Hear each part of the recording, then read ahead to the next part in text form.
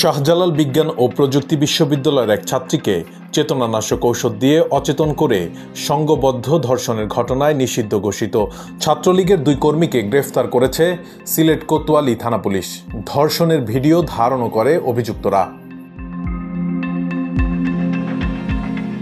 বৃহস্পতিবার ১৯ জুন ভুক্তভোগী শিক্ষার্থী বিশ্ববিদ্যালয়ের প্রক্টর বরাবর অভিযোগ করলে রাত ৯:৩০টার দিকে অভিযুক্তদের গ্রেফতার করা হয়।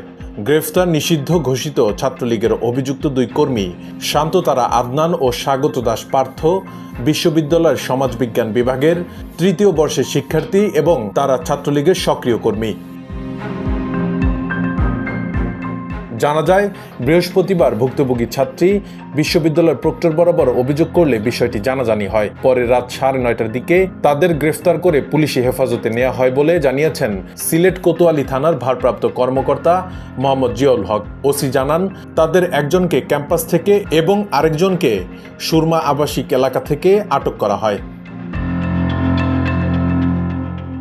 এর আগে কোতোয়ালি থানায় দুজনকে আসামি এবং একজনকে সন্দেহভাজন করে সংঘবদ্ধ ধর্ষণের মামলা করা হয়। ক্যাম্পাস সূত্রে জানা গেছে, গত ২ মে ভুক্তভোগী এবং অভিযুক্ত দুই শিক্ষার্থী সিলেট শহরের রিকাবি বাজারে একটি কনসার্টে গিয়েছিলেন। পরে তাকে চেতনানাশক ঔষধ দিয়ে অচেতন করে একটি বাসায় নিয়ে যান এবং সেখানে তাকে সংঘবদ্ধ ধর্ষণ করে ভিডিও ধারণ করা হয়। পরে তাকে সেই ভিডিও ও ছবির সাহায্যে ব্ল্যাকমেইল করা হয় এবং এ ব্যাপারে কারো সাথে কথা না বলতে হুমকি দেওয়া হয়। আটকদের মধ্যে আদনান বৈষম্য বিরোধী আন্দোলনের সময় হামলার ঘটনায় করা একটি মামলায় আসামি।